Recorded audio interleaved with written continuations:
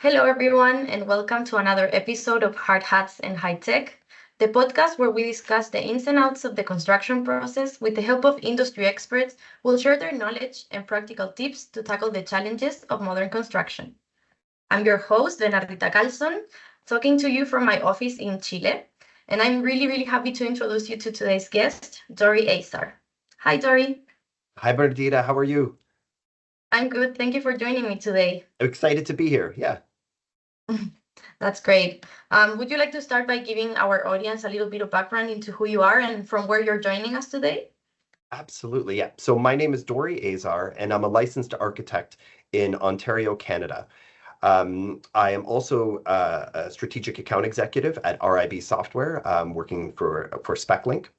And one of the things that as an architect, I have a very strong social media presence. So I'm quite active on Instagram and TikTok doing a lot of architecture related content around, just the industry, tips and tricks, a lot of humor, and anything kind of around architecture and design. So yeah, I'm excited to be here. Well, it sounds like a fascinating journey and a really fun one that you have. I'm It's personally been a really good one. excited to Yeah. hear your thoughts on the Yeah. current state of the architecture role. So Mhm. let's get started.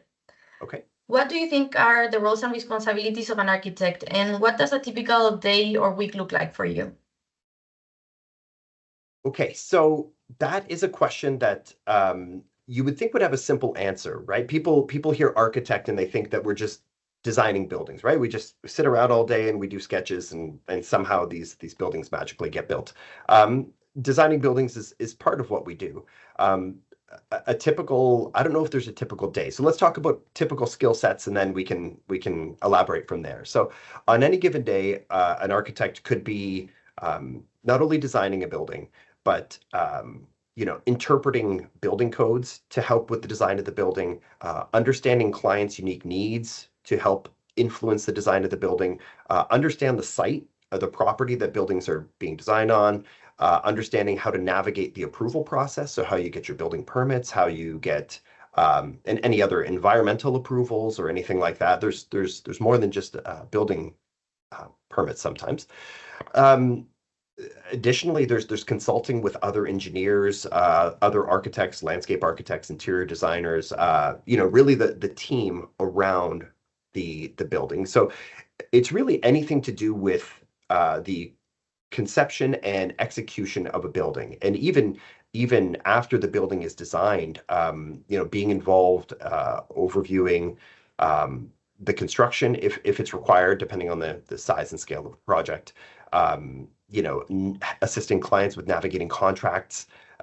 Those are all things that are much bigger than just sitting around and drawing buildings all day. So yeah, architects are definitely have an intimate knowledge of all aspects of the construction, whether it's design, budgets, permits, detailing, execution.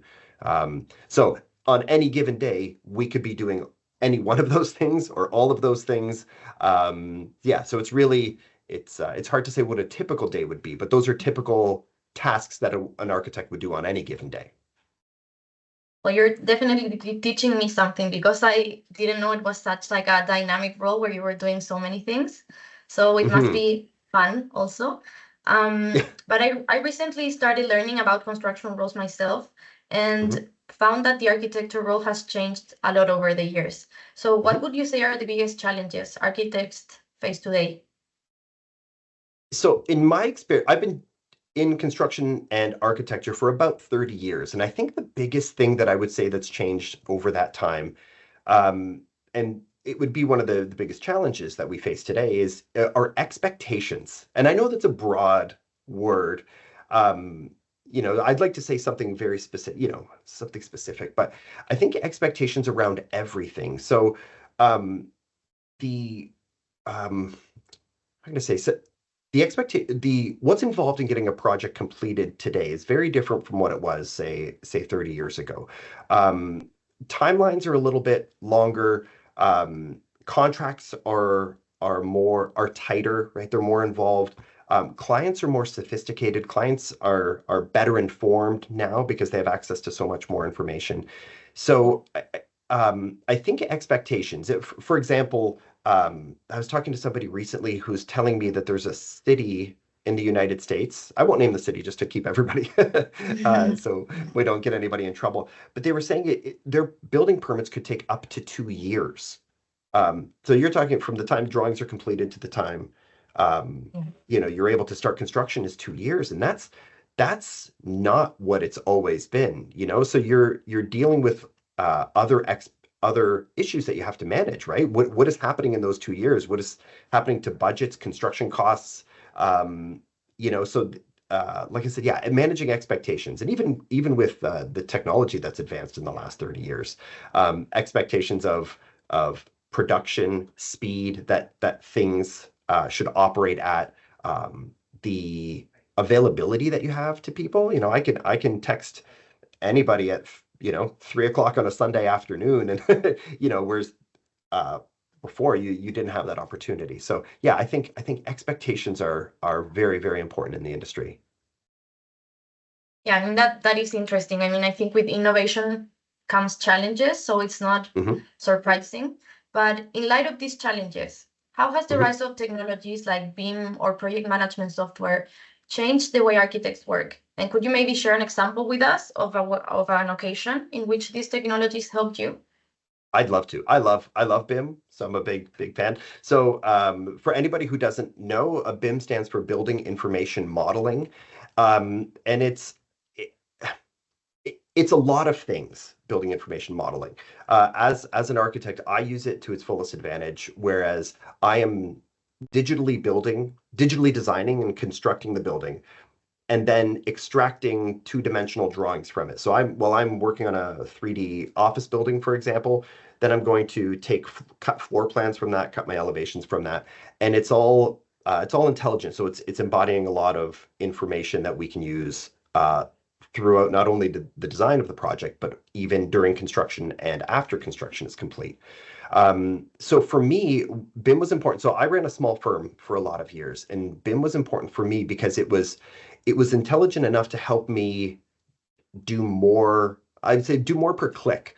So while in a traditional two-dimensional drafting scenario, I would have to draw, two lines to represent a wall, and then I would have to go and do another drawing of the exterior of that building and do another drawing for the section and details of that building. Well, now with BIM, all of those things are being generated at once. So if I draw a wall in 2D, it's actually showing up in 3D. And so the access to information that I have is much quicker. The results I have are quicker. So now that I'm designing it in 3D, I'm recognizing what a good idea is and what a bad idea is more quickly than if I had to manually do everything in 2D. So from my perspective, BIM has been amazing from a small firm, but also if you're anybody who's working on a large project, it's kind of a central place. So you have architects, engineers, interior designers all contributing to one source of information around that project, and coordinating all that, and the potential to detect conflicts or problems in the project early on is invaluable, because the sooner you can detect, if you can just detect a problem in the design phase, it's way better than finding it in the construction phase. So I think BIM has given us all that opportunity. That's really interesting. I mean, I love to hear from someone who has actually benefited from the technology. I think it puts really the benefits into perspective. But I think BIM is really linked to collaboration. So I wanted to ask you also, because I think this is also a challenge in the Mhm. construction industry. So how important do you think collaboration is, and how can technology improve, maybe like BIM or other technologies improve that communication? Um, the collaboration between Different anybody involved and stakeholders, maybe, yeah, architects, oh, contractors, project managers. so collaboration. I'm a big collaborator. I love to work with other people. I love to brainstorm. I like all that. Um, so I put a lot of importance on it. I think it's critical for any project. Um, because there's nothing worse, I think, in a project, and I've been a part of them, and I'm sure most people have, of when communication breaks down, or when people aren't talking, when you're doing something that I should know about, but I don't know that you're doing it. Because in my example, or in my situation, architects cannot be on a job site all the time, just sitting there in a chair watching, right? So you're relying on contractors to ask you questions, or ask for clarity, additional information about something that might not be, so clear. So the communication is really important. When that starts to break down, I'm not sure, it might not be good for the project, but from a technology perspective, the collaboration, like tools like BIM or like SpecLink for specifications or anything like that, it's really uh, what I find it's really increased the accountability. So because these digital tools, there's a lot of timestamps, there's a lot of record of everything that happens. So I know when you posted that comment. I know when you uploaded that file. So there's not a lot of places to hide if you're trying to not communicate well. So I think the technology has made us a lot more accountable, which in a way forces us to communicate better because the accountability is so high. Okay, I want to touch also on that accountability word because I want to ask you about sustainability.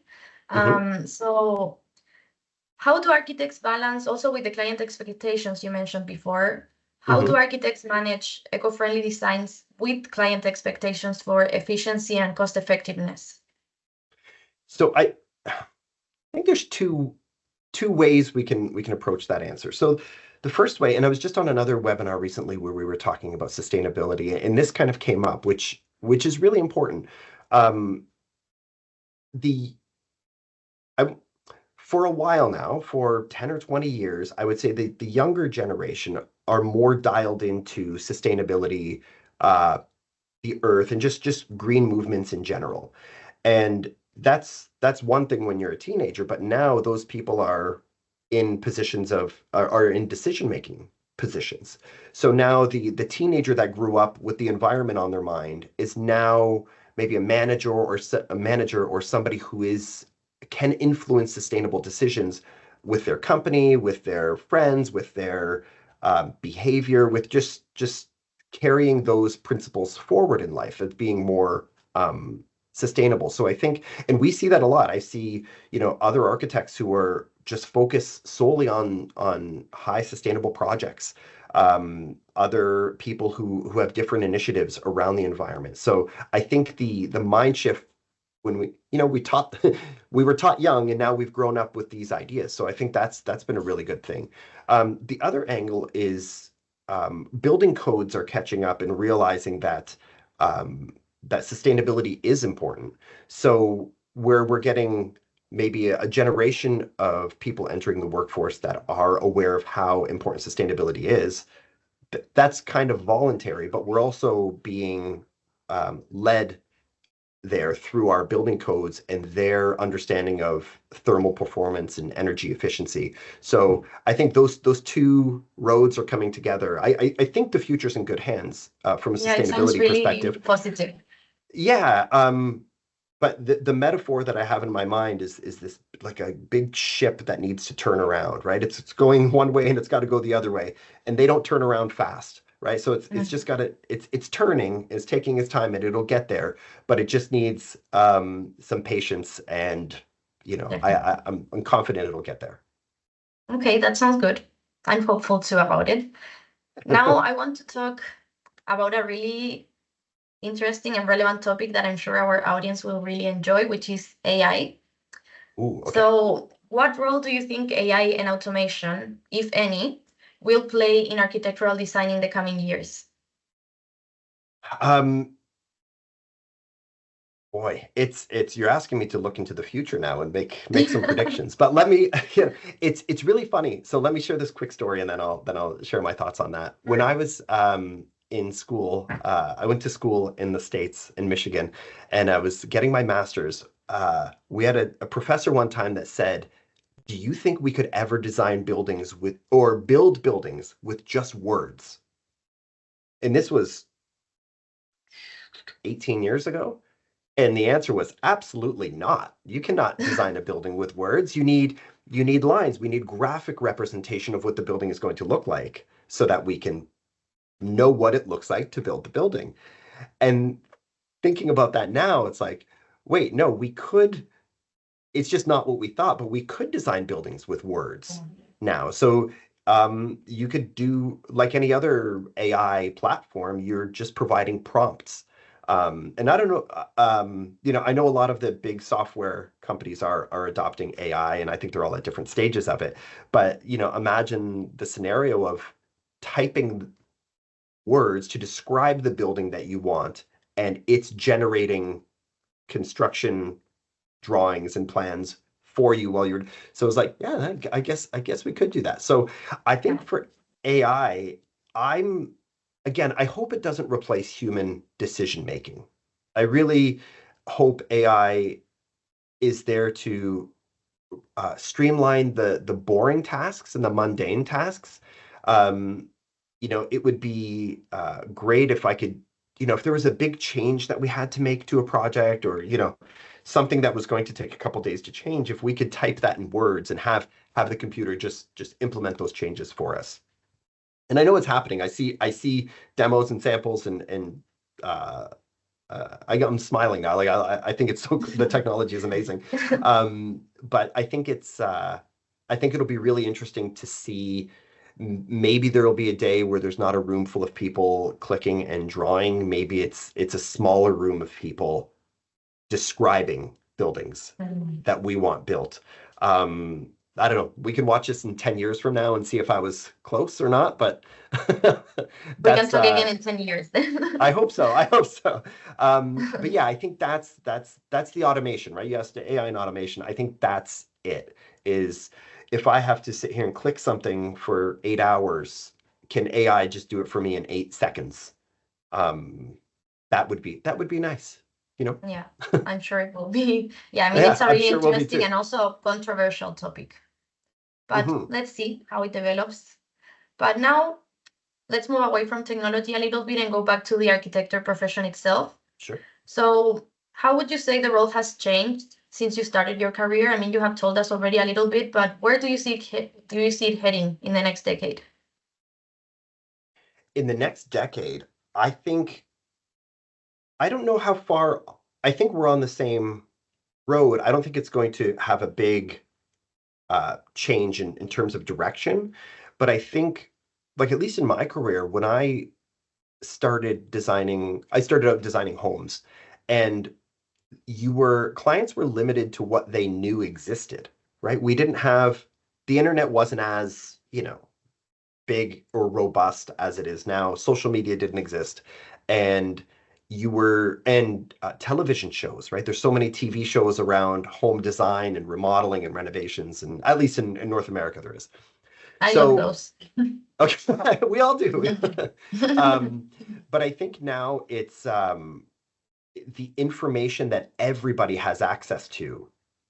Like we're all on the same level ground, right? So you and I can research more or less the same things. So where I think in the next decade, I think everything is going to become more sophisticated, and all the participants in a project are going to be more sophisticated, including including clients knowing more precisely what they want.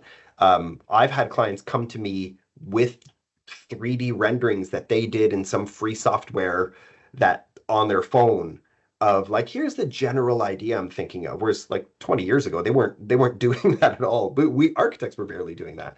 So that's an interesting thought from that perspective. And then also, I'm curious to see what, COVID had definitely given us the work from home culture and generation. So I'd be curious to see what happens to commercial spaces, commercial construction, with so many people working remotely, or working remotely has become a lot more acceptable now. And so be curious to see what that does, including, so now people are not in commercial spaces, they're in residential spaces. But now, and again, I'm speaking for North America, it's not so easy to purchase a home in North America. So the prices have become inflated, and it's hard to get into the home buying market. So I'll be interested to see how that plays out. Right? So professionally, we've all said it's okay to work from home. Go ahead and work from home. But now obtaining a home is a lot harder. So it'll just be interesting to see how that settles down over the That's next really interesting, actually. few years. Yeah. So, I mean, I think you've already talked a lot about what you see in the future with AI, BIM, and everything, but do you think it's maybe an additional skill or technology that young architects should have today to be successful? Um, in terms, so are we talking about somebody maybe young that's getting into architecture that Yeah, like someone starting their career. yeah. So I think yeah, we've talked about it a lot, but I think just technology in general. Um, so it's really hard to understand every technology that's coming out ever, right? I get asked a lot of times, "Oh, Dory, do you use this software or this software or this software?" And I said, "No." And they said, "Well, why not?" I said, "Because there's 50 different technologies that I could use to perform this task. I can't learn all. If I learn all 50, I will not be good at one of them." So when I was younger, I tried a few and then I picked one and that was it. But I was comfortable enough with technology that I knew how to try the things. So I think the e- embracing and really getting comfortable with technology as an idea. It's technology is going to change, right? It Mhm. just it's different today than it was yesterday. So I Mhm. think knowing that, but also really having an understanding of what architecture is, what entering the architecture profession is.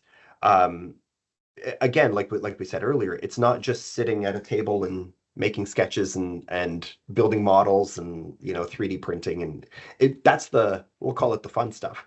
A lot of times when you're working out accessibility or barrier-free issues, sustainability issues, making sure the building doesn't leak, making sure the building doesn't get too hot because of solar orientation, making sure like there's a lot of issues in architecture that you're dealing with. So while there is a fun part where you get to design buildings, and that's the legacy, right? When you design a building and it gets built and you drive down the street and you say like, yeah, I designed that building, but nobody is that's the end result. The process has a lot of different things involved with it. So I'd encourage people who are looking into architecture to consider that carefully.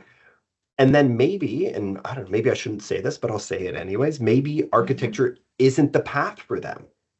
Maybe somebody who's interested in these things might find engineering, they're interested in construction, but they don't want to, be on a job site. So maybe engineering is better for them. Or maybe they like designing buildings, but they really like building them. Maybe being a contractor or something like that um, is more of what they're looking for. So I think we all have the same interests. Anybody who's an architect, an engineer, a contractor, a subcontractor, a landscape architect, we all like the idea of making a building happen. Um, but I think I think it's important to research each one carefully and then ask yourself, what is it about this that gets me excited? Because it might not be architecture, it might be, Mhm. something else. Um, it's a it's a difficult profession. It really is. Um, but I can't think of a more rewarding profession, Mhm. where it's the legacy of what you do is for everyone to see, right? Architecture is unavoidable, right? If you build a building across the street from your house, you have to see it every day. You have to engage with it. It's important what is happening there.